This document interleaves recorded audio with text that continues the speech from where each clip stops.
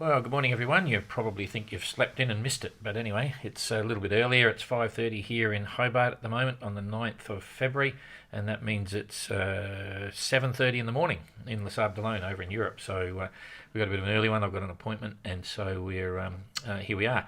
And it looks like there's a cyclone up there, up by Queensland. So and the first story is Guy. Not a lot to report. You know, you've seen the posts.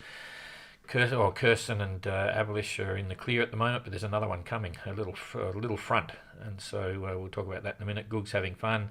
The other two guys are fine, but Guy's still a little bit delayed getting into Hobart, so we'll pick on him first, and I'll give you a quick rundown there, and we'll talk about Simon in a minute as well. Here we come. Okay, so yeah, not much wind for Guy, and what wind he's going to get is headwind, so he won't be in until sometime tomorrow, which is Friday. He's taken a bit of a while to get round. The whole day's been sort of frustrating sailing for him, to say the least. So he hasn't made huge progress. Here's Hobart up here, and here's Guy here. He's currently sailing at 2.6 knots, and for the day, I mean, it gets a bit distorted now, but where are we? Come on. Here we go. 31 nautical miles in the day. There's been very little wind, just been drifting along, and that's going to pretty much continue because this headwind, this northerly, which is running on the edge, is actually going to come over a bit and cover him. So if we go through a few hours, you can see the only breeze he's got, whatever he's got, is just light headwind. So he'll tack him in and out. He hasn't sent us any messages to suggest that he's going to motor and then the wind dies off again. This is the early hours of the morning, and he's got no wind there, so it's even a bit hard to predict what time he'll actually get in tomorrow. It does turn around a little bit at the end of the day, so I would imagine it's going to be sometime early afternoon tomorrow, but we'll just see what happens. He'll be happy to get here, and we'll try and do a bit of a chat with him once he gets sorted with customs and immigration. So plain sailing anyway. There's certainly no worries about the weather, except that it's all wrong for sailing to Hobart. So anyway, okay, so Guy's looking okay. And over here now, same again with Ian and Jeremy. Ian's been making 5.2 knots, 73 nautical mile a day, and Jeremy's been doing 5.8 knots and 91 nautical miles a day. So he's pulled away a little bit, and you can see they've both got really good seas, good breezes. The sea state is probably quite mild, maybe 3 meters. Let's see, no, a bit more. So there's probably 4 meters there. A little bit of movement, and cloud cover. What have they got? No rain. Nope, no rain. Patchy blues, so they should know exactly where they are right now, so that's a good thing. And if we look at the weather going forward, come back a bit so you can see it developing. I'll go one more, see what the movements are doing. So come forward till tomorrow morning. It's 24 hours.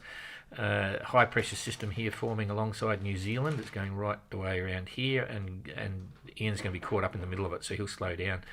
Jeremy's maintaining speed for the whole 24 hours, so that's not too bad into the 10th.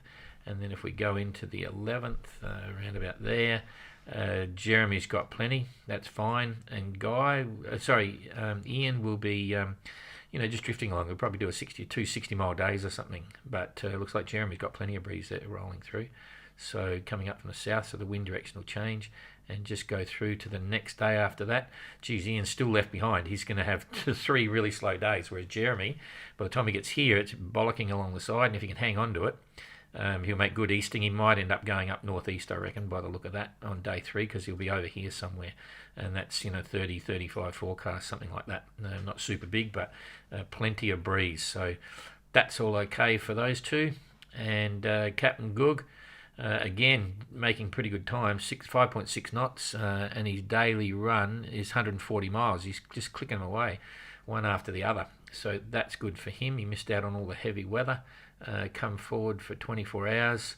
Again, perfect breezes. He'll be happy. So that first day, he's make probably another 140, 150. And then on the 11th, next day, again, perfect. Another 150 mile day. He's catching up to Avalish, actually. I'll explain that in a minute. And then we go through onto the 12th. and he's got another pretty good day because he'll be down around here by then. So he's on his way. He's absolutely taking out ground from Abolish and Kirsten, closing the gap, which is a very interesting scenario. So what happened here, we'll just... basically, you saw everything that's happening. The wind's backed off. You can see it's pretty consistent.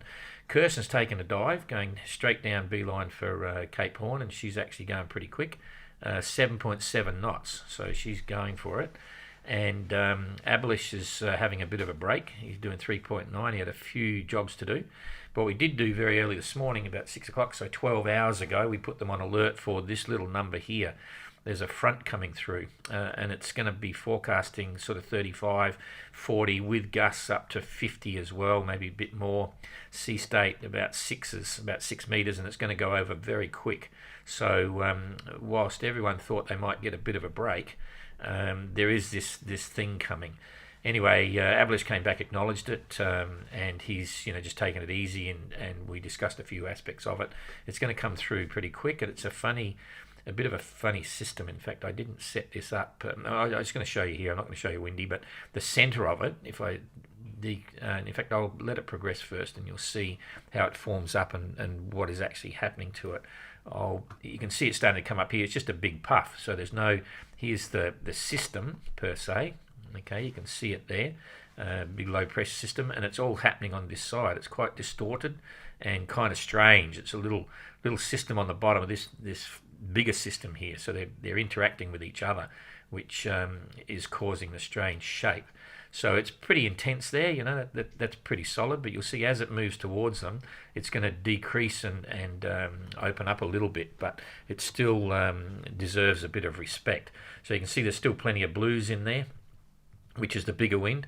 And then once it starts to get there, see the blues have disappeared now. So it's changing its shape very quickly. It's turning into a classic sort of cold front. This is where the front would be. If it was a black and white isobaric map, you'd see it there with all the bits in it, and it's just about to come over. Now, Kirsten's running along on this course. It doesn't really matter whether she's north or south. She get the same impact down here as if she will there, because it's going to come in this shape across that way, and then it'll rotate again. So at that point, the winds are picking up for Abolish, gusting 40, 45, and then Kirsten gets it slightly after, and then that's 2 hours into it. It takes about 8 hours for it to roll across, and you can see the colour's gone, and it's actually weakening because they're on the top of it. Okay, you can see it starting to weaken there. So those 50 knot gusts in the beginning and the 6.2 metre seas that are forecast start to back off pretty quickly. So it's a short, sharp situation, and it's going to it'll all be over very quickly.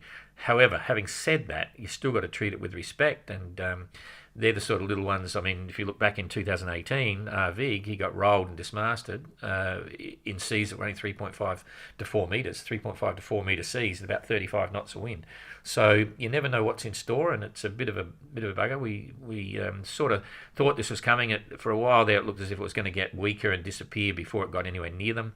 But late last night, we started to realise it's going to impact them, and we looked at it very closely this morning, and we've given them that information. So that's what's happening up here with Kirsten and Abolish, and then they'll be on the go to Cape Horn. So what's the situation here with Captain Goog and Kirsten and Abolish? Now, the way you gauge this is you pick the rum line to Cape Horn, and you say that's about where they are. So if I picked a position here, I can say pretty confidently that Goog is about, Captain Goog, Mr. Michael Guggenberger, is about 1,000 miles behind Abolish now. So he's picked up a couple of 100 miles because Abolish and Kirsten are going to go down the Horn this way. This is the way Captain Goog's going to go, and that's where they interact. So he's actually within 1,000 miles of the leader, which is not too bad. It's quite interesting. For Kirsten and Abolish, Abolish was getting very close. He's taking it easy now, and Kirsten's on her way. So there's a split there about 170 miles. And how far is Abolish from Cape Horn?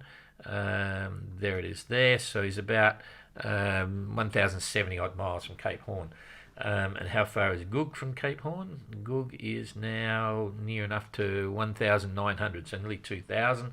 So you can see, you can work out your own numbers from there. So that's all interesting stuff. Now, for Simon, I'm just going to, some people might not realise, obviously this is sort of a generator from a Google Earth, and you might have played with the zooming factor up here, and you think, oh yeah, it's still zooming in, it's zooming in. I don't know whether you actually realise this, but it actually goes to a super zoom in a minute. You can see he's come in the canal here and he's up in Portamont, and you think you're running out of zoom, but just when you think you're running out of zoom, right, when you get to there, think, oh, that's as close as I'm going to get, you actually get to keep going.